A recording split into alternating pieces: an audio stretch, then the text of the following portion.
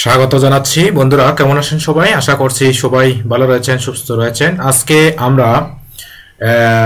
আমরা তো জানি আমরা অর্থাৎ অনলাইন থেকে আয় করার জন্য যে সমস্ত শর্টকাট টেকনিকগুলা আপনারা আমাদের ইউটিউব চ্যানেলে পান। আজকে আমি কিভাবে আপনারা বিভিন্ন ডিজাইনের বান্ডল তৈরি করবেন সে বিষয়ে আজকে আমি সম্পূর্ণ প্রসিডিউর আপনাদেরকে শেয়ার করছি। এই যে এই ধরনের টেমপ্লেট আপনারা একটা ওপেন করে রাখবেন। এই যে আমি এটা টেমপ্লেট তৈরি করেছি। আমি আরেকটা ভিডিওতে আপনারা এই আজকের ভিডিওটা দেখে কমেন্ট করে জানাবেন। কমেন্টের উপর ভিত্তি করে আমি আপনাদেরকে বান্ডল কিভাবে এইভাবে টেমপ্লেট ডিজাইন করতে হয় তার সম্পূর্ণ প্রসিডিউর আপনাদেরকে দেখাবো। তো আমরা আজকে জানবো যে কিভাবে এই বান্ডলগুলোতে ইমেজগুলা সেট করবেন। যেমন দেখেন আমরা এখান থেকে এই যে 6টা আমাদের ডিজাইন, এই 6টা ডিজাইন আমরা আমাদের বান্ডলে নিব। এই যে দেখেন আমরা এখানে আনলাম এটা হচ্ছে আমরা একটু স্মল করব। এইভাবে দেখেন বন্ধুরা, আমি কিন্তু স্টেপ বাই স্টেপ আপনাদেরকে শেখাচ্ছি, দেখাচ্ছি, কোনো অংশ যেন মিস করবেন না। আপনারা যারা ঘুমিয়ে অর্থাৎ প্যাসিভ ইনকাম জেনারেট করতে চান, অর্থাৎ বিশেষ করে মাইক্রো স্টক সাইডে, এখানে আপনার কোনো প্রকার ক্লায়েন্টের ঝামেলা নেই এবং কোনো প্রকার বায়ার সেলারের ঝামেলা নেই। আপনি এখানে শুধু স্টক করে রাখবেন প্রোডাক্টগুলো, তারপর এখান থেকে আর্নিং জেনারেট করবেন। এই হলো ম্যাজিক। ওকে, তো আপনি যদি খাস করেন এখান থেকে আর্নিং করতে পারবেন, আর যদি খাস না করেন তাহলে এখান থেকে কোনোভাবে আর্নিং করা পসিবল নয়। ওকে, তো আমি দেখাচ্ছি বন্ধুরা, দেখেন কত সুন্দরভাবে আমি আপনাদেরকে আজকে বান্ডলটা দেখাচ্ছি, কিভাবে আপনারা বান্ডলটা করবেন। আমি একদম স্টেপ বাই স্টেপ আপনাদেরকে শেয়ার করতেছি আজকের সম্পূর্ণ প্রসিডিউরটা। তো এই ধরনের ভিডিও, এই ধরনের ক্লাস আপনারা ফ্রিতে সহজে পাবেন না। এগুলো কিন্তু সম্পূর্ণ পেইড লেভেলের ভিডিও ক্লাস, আপনারা কিন্তু সম্পূর্ণ ফ্রিতে, বিশেষ করে আমাদের যারা ইউজার। ওকে, এখন আমরা এই যে লাভের ফন্টটা আমরা দেব। এখান থেকে আমরা কোন ফন্টটা দিতে পারি দেখি, এই ফন্টটা দিয়ে দেখি, এই ফন্টটা। ওকে, আমরা এই ফন্টটা দিয়ে দিলাম। লাভ আমরা বড় করব, সমস্যা নেই। তারপরে আমরা এই যে আরমাই আছে, এই লেখাটা আমরা দেব হচ্ছে এইটাই দেব। কোনটা দেব দেখি, আমরা সুন্দর ফন্ট দেব, যেহেতু টাইপোগ্রাফি ডিজাইন হচ্ছে মেইন, হচ্ছে টাইপোগ্রাফি ডিজাইনের মেইন কারিগর হচ্ছে ফন্ট।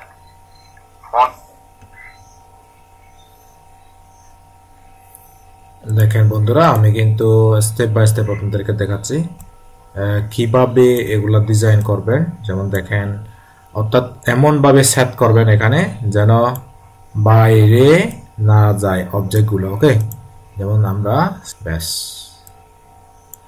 আমাদের ডিজাইনটা কমপ্লিট। তো এখন আমরা কি করব,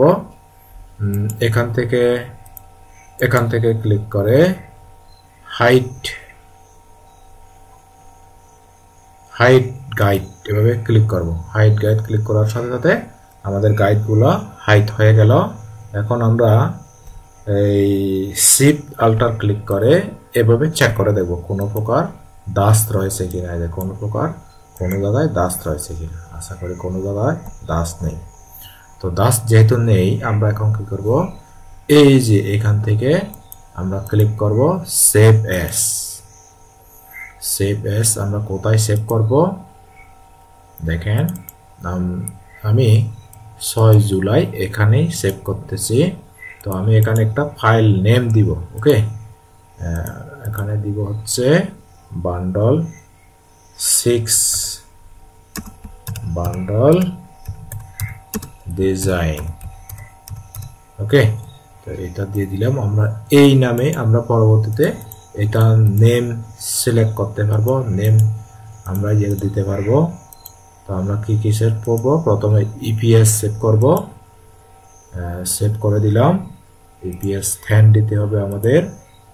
তারপরে আমরা আরেকটি নেব, আরেকটা হচ্ছে আমরা এরকম করে যাব, এখান থেকে এক্সপোর্ট থেকে ইউজ আর্টবোর্ড এক্সপোর্ট, এখানে ক্লিক করব, হয়ে গেল।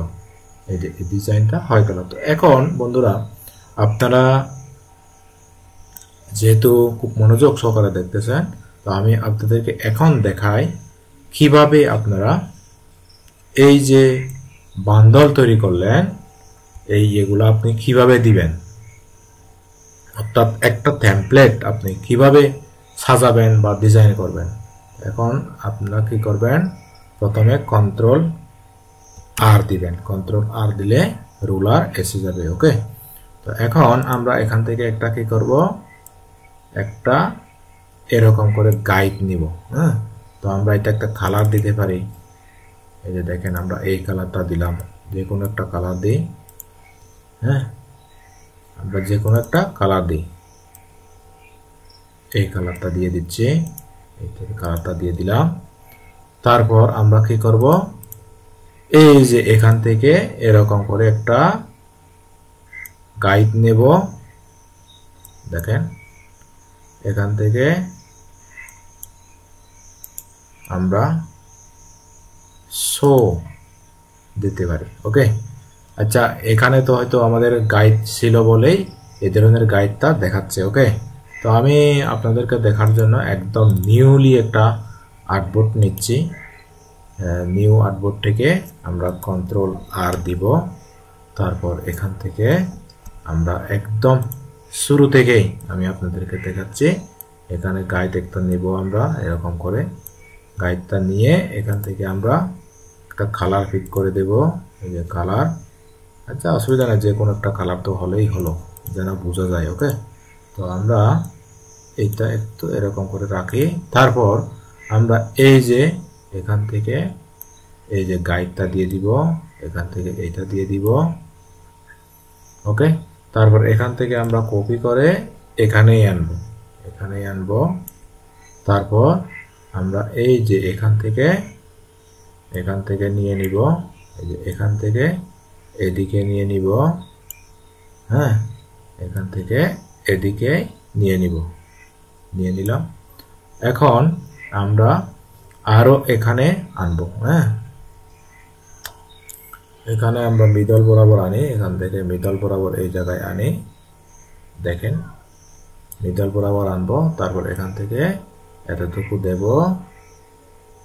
হ্যাঁ, তারপর আরো এখান থেকে এতটুকু দেব। তারপর আমরা কি করব, এখান থেকে এতটুকু দেব, অসুবিধা নাই, আমরা 6টি দিতে পারি। হ্যাঁ, তারপর এখান থেকে এতটুকু দেব, এখান থেকে এতটুকু দেব, এখান থেকে এতটুকু দেব। ব্যাস, তাহলে এখন আমরা কি করব, এই গাইডগুলা ডিলিট করে দিব, এগুলা দরকার নেই আর আমাদের। ওকে বন্ধুরা, দেখতেছেন আমরা কিন্তু স্টেপ বাই স্টেপ কাজটা করলাম। ওকে, তো এখন এইটা এই যে 1 2 3 4 5 6 আপনারা, আমি ভিডিও পারপাসে আপনাদেরকে দেখানোর জন্য এটা জাস্ট করলাম। আপনারা অবশ্যই এটা খুব ধীরে ধীরে আস্তে আস্তে করে করবেন, তখন আপনারা সুন্দরভাবে একটা বান্ডলের জন্য টেমপ্লেট ডিজাইন করতে পারবেন। তারপর আপনারা কি করবেন, এই যে সেভ যাবেন, ফাইল সেভ এস থেকে আপনারা এই যে অ্যাডোবি ইলাস্ট্রেটর, তারা এখানে লিখে দিবেন কি bundle design template, bundle template এরকম করে দিবেন। তারপরে এই যে সেভ অ্যাডোবি ইলাস্ট্রেটর, আপনি একটা নির্দিষ্ট ফোল্ডার খুঁজবেন, তারপর সেভ এস দিয়ে দিবেন, আপনার এটা সেভ হয়ে যাবে। তো আশা করি বন্ধুরা এতক্ষণ পর্যন্ত ভিডিওটি দেখেছেন, উপভোগ করেছেন এবং খাস করে দেখবেন। ওকে, আজ এ পর্যন্তই, টাটা, বাই বাই।